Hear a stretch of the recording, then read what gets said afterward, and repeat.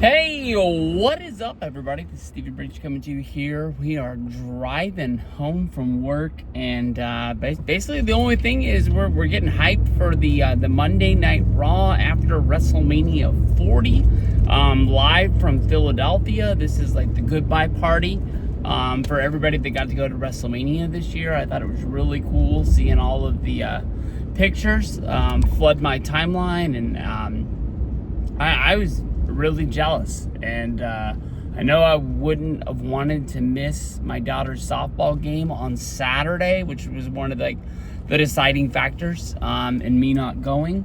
But besides for that, man, like when he counted 3 in the final of that match, I really wish I would have been there just to see the conclusion of the story. A lot of flashbacks to WrestleMania 30 when Daniel Bryan won. I can honestly say that when you look at WrestleMania 40, there's a lot of people throwing out there that a lot of people think this is one of the greatest WrestleManias of all time. The one regret I have about WrestleMania 30 is one of the things that really makes it memorable is, of course, is Undertaker losing for the first time, 21-1 in his loss to Brock Lesnar. That was what you felt throughout the rest of the night. I can honestly tell you, as we walked out of the Superdome that night, as we walked down the street, basically until we hit the hotel and we reset, and then we went out to go to Bourbon Street that night, I remember walking back, and it really felt like we were in a funeral procession, whatever it is, a march, whatever it is, because I can't think of the right word, even though it was right on it, but I lost it. That's what it really felt like we were in at WrestleMania 30. So WrestleMania 40 had a lot of feel-good moments. I watched the whole thing. I never really drowned it out. I can honestly tell you that there was one part of Saturday and one part of Sunday that I just didn't really care about what was going on in the ring, and I kind of was doing my own thing, and then I was able to be pulled right back in by the match. And I think that's mostly just because I'm not a week-to-week, day-to-day watcher, and it just kind of was just like, let's just get through this, and then we can get to it. Honestly, I thought them kicking off WrestleMania with the Rhea Ripley versus Becky Lynch was a very memorable match. It's the third big match that I can remember Rhea Ripley being in. Of course, it started off with her and Charlotte, and then her being able to win the championship, and now she's held the belt for an entire year. The one storyline that I liked the best was the fact that, Becky Lynch decided to come out, and she decided to challenge Rhea Ripley because she had to decide. She had to know the truth if she could beat her, because she knew that Rhea Ripley was on the top of the division, and I think she was starting to doubt herself. We have seen Becky go through this before. When she lost her championship, she felt like she had lost a part of herself. She started cutting her hair. It was some weird shit, and she went through a weird period of her career. I think, honestly, this time you pair it with Seth Rollins. Seth Rollins, he had a really good match with Drew McIntyre. I did joke about the fact of McIntyre leaving and going to AEW. I know this sounds silly. I know it's stupid. The fact that they gave him a Slammy and called him like the social media star of the year, I don't think they have plans on Drew leaving. And then the fact that, especially when he won the championship, Drew looked at him and he told him, like, you fucking deserve this. And it just happened to accidentally be on camera when he said it to him. I guess you could pair it with the fact that, CM Punk was about to beat him up, and then Priest came running out and cashed in his money in the bank. I don't know. I think that's just more fuel on the fire. I think McIntyre's staying with WWE. I'd be really surprised. I think it would take a lot. They've really used him, and they've really pushed him. You don't really have to be the main guy. You don't have to be numero uno to know your worth. And I know that WWE's going to cut that check, and they'll find a way to keep him. He's been really, really awesome. He's had a really, really good year. I know that he's a guy that the wrestling can really talk for. That's basically what happened when he left and he was doing the indies and he was working for Impact.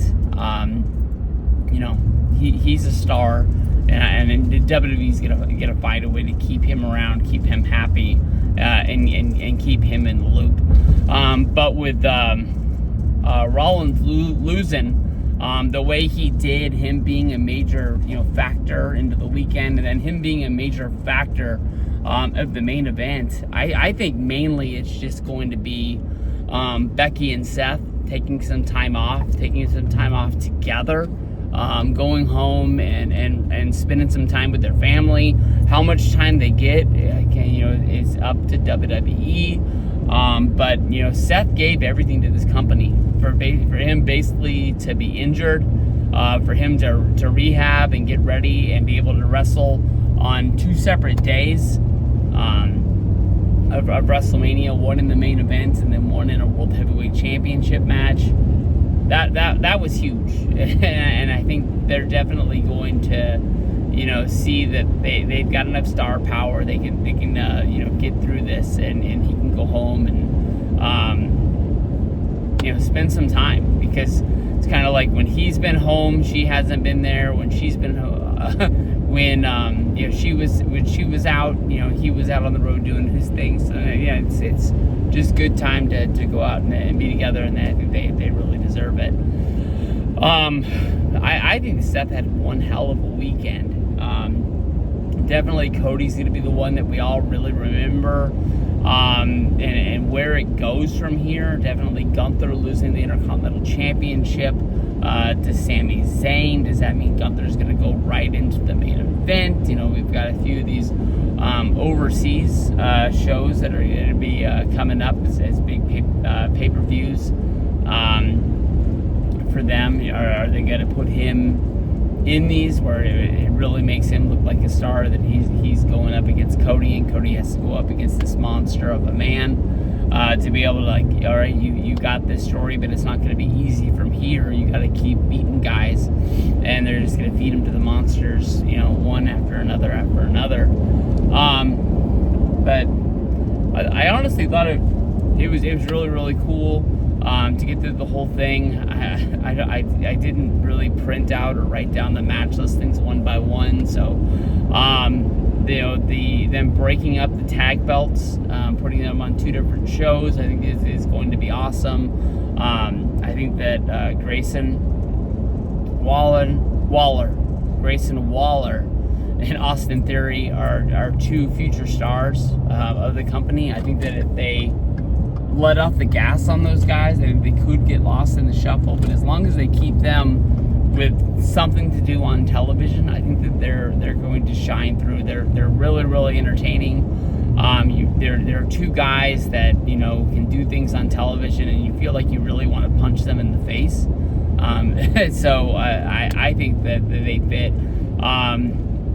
Miz and R-Truth, are they going to have a big, huge run with those titles, where they put those titles on the map? I don't think so.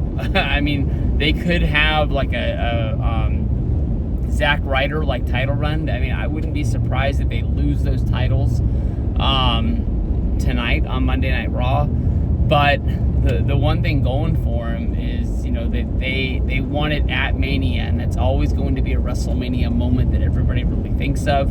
The Miz, I can't remember if he was on WrestleMania 26 or not, but I kind of think that maybe he was in a tag with Morrison at that time. I don't think he was in the Money in the Bank.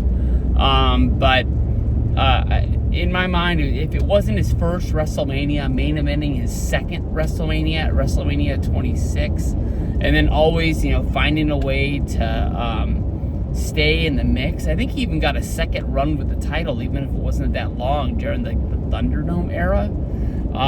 So I mean, he's always the guy that you can really put it on. And then R-Truth has never had a WrestleMania like match, or maybe he had to have been on WrestleMania. He's been around forever. I don't think he's ever had like a singles match or a memorable match. So for him to be able to win a championship at WrestleMania. I really think that that's awesome. Cody going up against Roman in the main event. That match, basically going for an hour, was like a fucking movie. I mean, that's really like the only way to put how good that was. And then basically, a guy here on the radio here in Sacramento, he's one of the reasons that they really pushed the drive for the Kings to stay in Sacramento.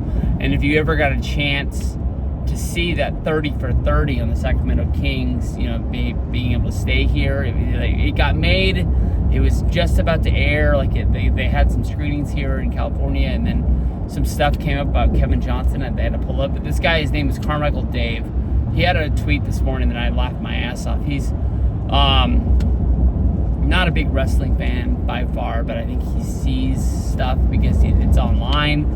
And he said that it was going to be a hell of a 2-minute report. Basically, that's like the mistakes that the NBA criticize the refs about, where they come out and say if a foul really happened, or if it didn't happen, if it was called, if it wasn't called. It's like righting the wrongs of games, but it's only in the last 2 minutes. And he had the clip of basically, we had the Uso come out. So we had Jimmy Uso come out and take out the other Uso. Then we had Solo Sikoa come out. And then John Cena came out. Seth Rollins came out. And The Undertaker and The Rock came out. That's one hell of a finish. And I think that's what most people are going to remember is the last 5 minutes.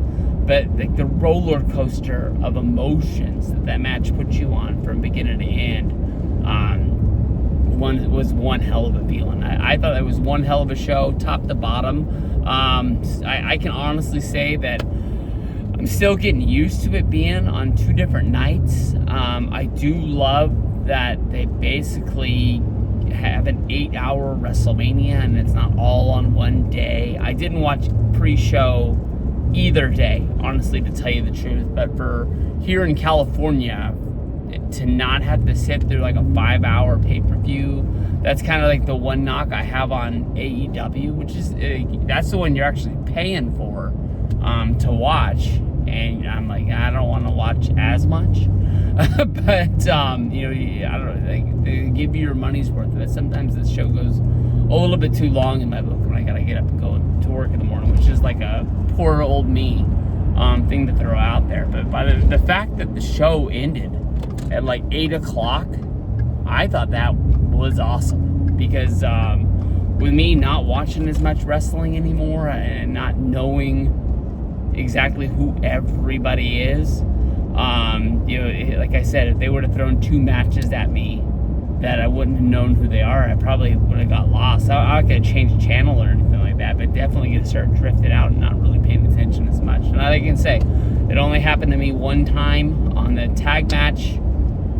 I think that was on night 1, the one with Dirty Dom, Rey Mysterio, Andrade. I didn't know he was going to be in the match. I've always been a fan of his, but I did get lost a little bit because I haven't seen as much from him since he was gone, and then when he was in WWE. But I thought he was going to be a huge star when he was coming out of NXT, right up to the main roster. I thought the first superstar shakeup, the thing that was kind of like a draft but not really a draft, when he got moved to SmackDown, I thought he was going to be main event right off the bat, and I think that was 2017 or something like that. So it's been a while.